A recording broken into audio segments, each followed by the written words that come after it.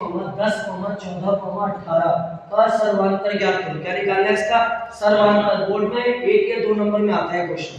ठीक है, तो बेटा 2 के बाद हमने कितना जोड़ा? 6 आया। 2 में 4 जोड़ देंगे 6, 6 में 4 जोड़ देंगे 10, 10 में 4 जोड़ देंगे 14, 14 में 4 जोड़ देंगे 18। हमें इसका क्या निकालना है? सर्वांतर। तो बेटा a1 की जो वैल्यू हम लोग लिखते हैं वो कितनी लिखेंगे? 2। पहली वाले a1 की वैल्यू, दूसरी वाली किसकी वैल्यू जाएगी? a2 की। तो बेटा a2 की वैल्यू कितनी जाएगी? 6। a1 की वैल्यू 2, a2 की वैल्यू कितनी होगी? 6। हमें इसका क्या निकालना है? सर्वांतर निकालना है। क्या निकालना है इसका? सर्वांतर। बेटा सर्वांतर को शो करते हैं d से। d बराबर फॉर्मूला होता है सर्वांतर का a2 a1।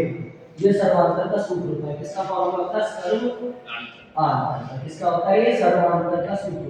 d बराबर a2 a1। a2 की वैल्यू कितनी है बेटा? 6। कितनी है a2 की वैल्यू? 6। और a1 की कितनी है? 2। तो बेटा 6 में से 2 गए, कितना बचा? 4। कितना बचेगा? 4 बचेगा। ऐसे ही बेटा आप इसे मान लो a3 है ना, और इसे मान लो a4। तो बेटा 14 में से तो क्या नाम है? a2 a1। अब 14 में से 10 घटाओ, अब भी 4 बचेगा। तो हमारा इसका जो सर्वांतर आया कितना है? इधर के d बराबर कितनी आ गई बेटा? 4। हमारा आंसर कितना हो गया? इसका आंसर हो गया 4। एक बार और देख लो बेटा, a1 की वैल्यू 2 है, a2 की वैल्यू कितनी है? 6। हमें क्या निकालना है? इसका सर्वांतर निकालना। सर्वांतर को शो करते हैं d से।